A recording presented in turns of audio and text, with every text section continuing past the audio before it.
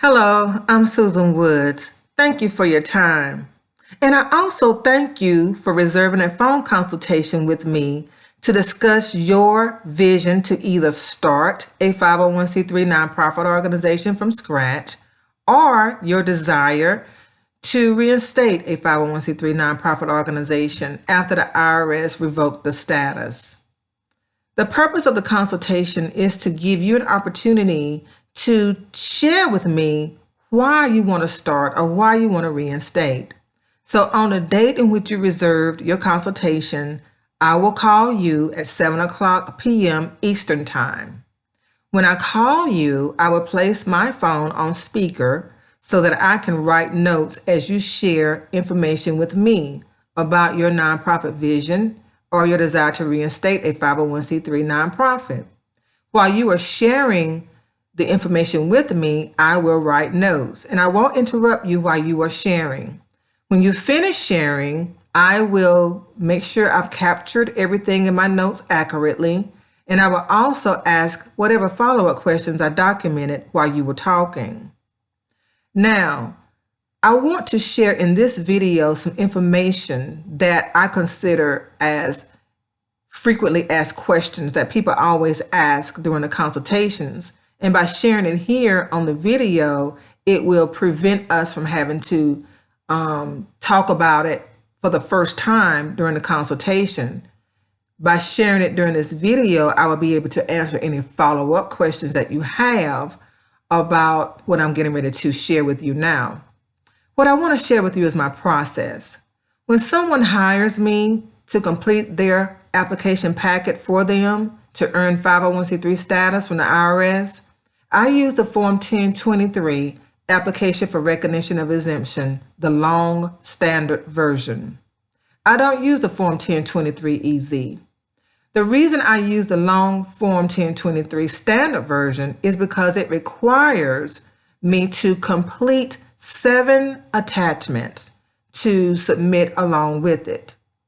So you have the Form 1023 and 7 attachments.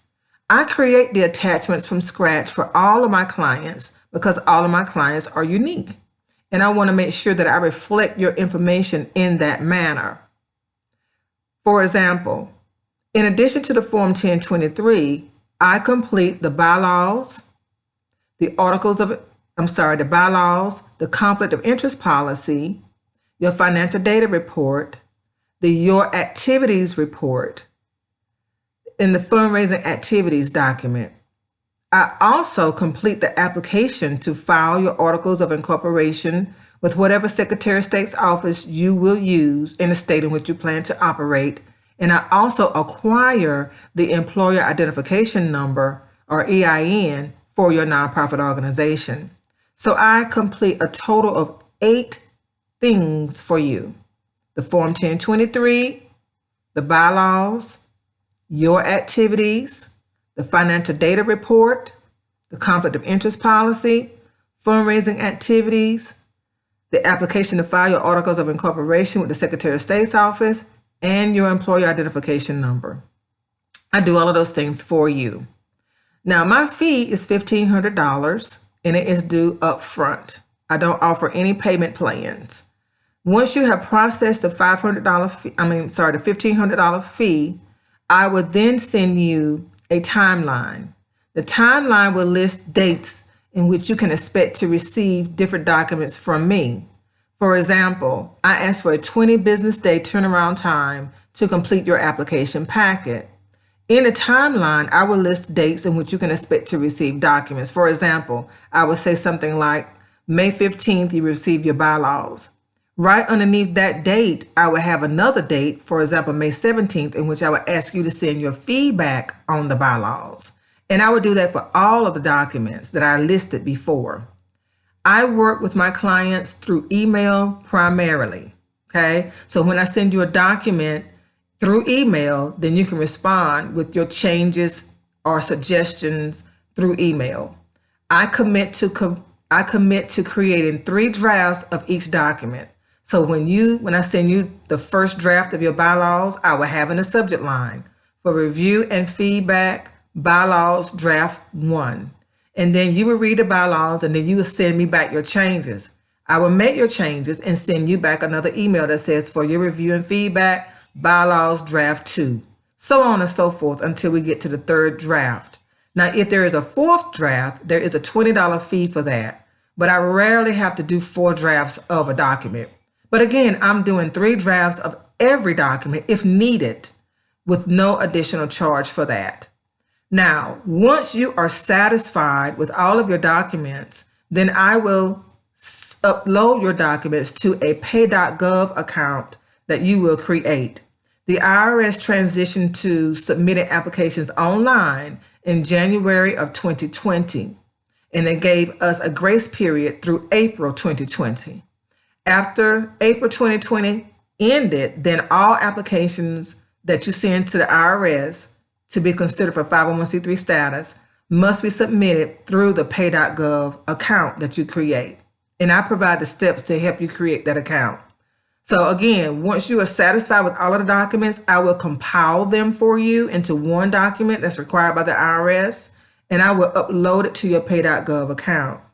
Once I've uploaded it to your pay.gov account, then I will let you know this is uploaded to your pay.gov account, and then you can go to that account to process the $600 fee that the IRS charges to process the Form 1023 standard.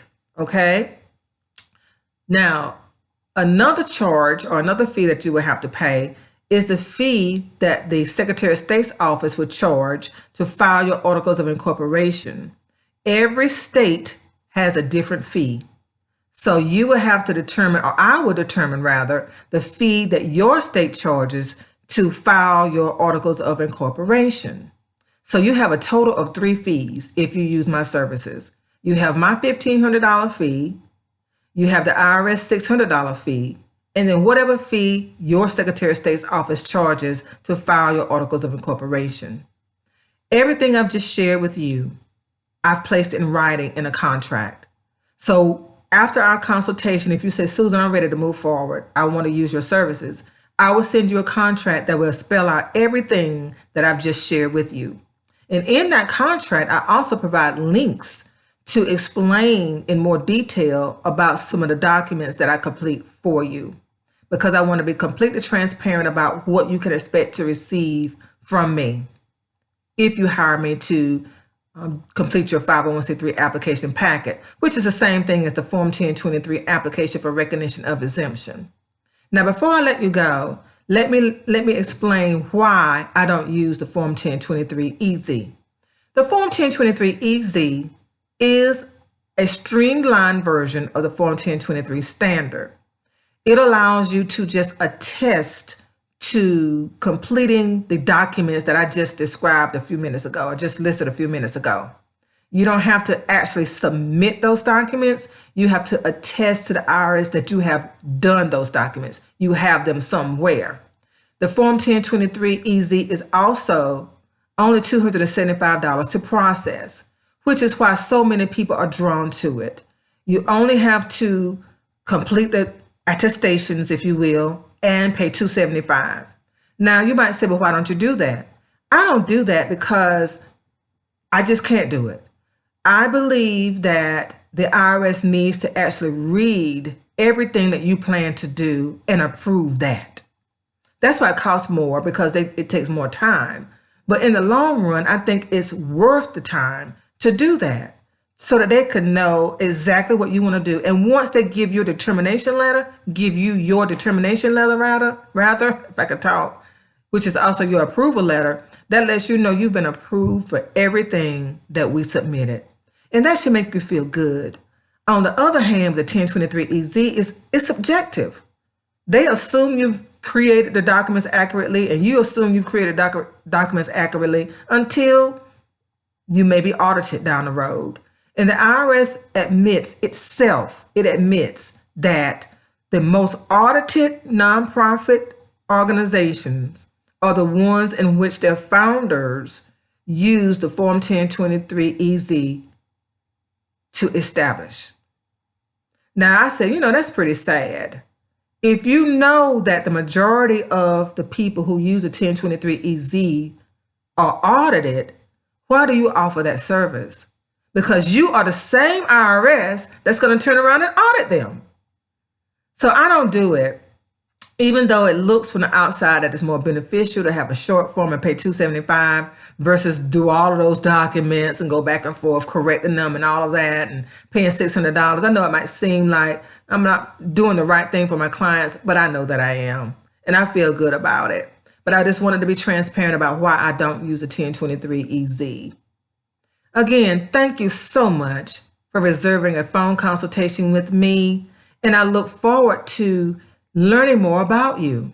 And in the meantime, if you would please click on the Getting Started survey link or information below this video, is right below this video. If you would click on that survey or scroll down to that survey rather and complete the information, that would be another way to help us have a most productive and efficient consultation.